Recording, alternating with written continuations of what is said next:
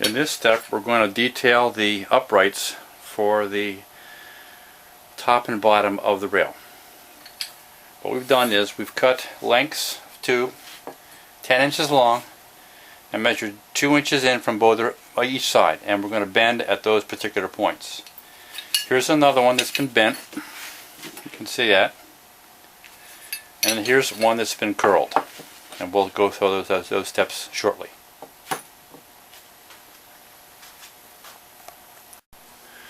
In this step we're going to bend the pieces, and we're going to use this vise here.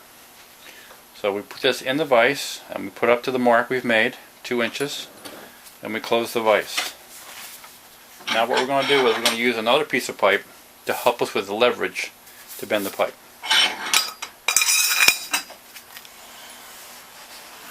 This makes it a lot easier to bend.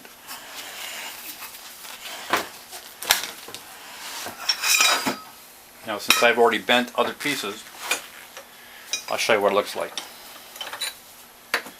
Here's one that's in process. Here's this side that's been bent. I've also taken a hammer and hammered it flat. And then next step we're going to bend this. So we'll take a little piece of steel screw, but you can be a piece of pipe, what have you. And we'll open this up. And we'll position it like this, about 1/4 inch below the opening. And then close the opening on it, lining it up, and make it tight. And then carefully push down on it to bend it like this. Then we'll repeat the process and rotate this up so that more is exposed. Close the vise.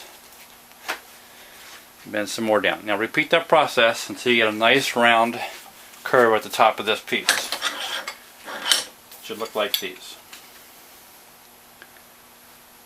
Okay. We've also rounded the edges so that you won't catch your fingers or have any problem with that.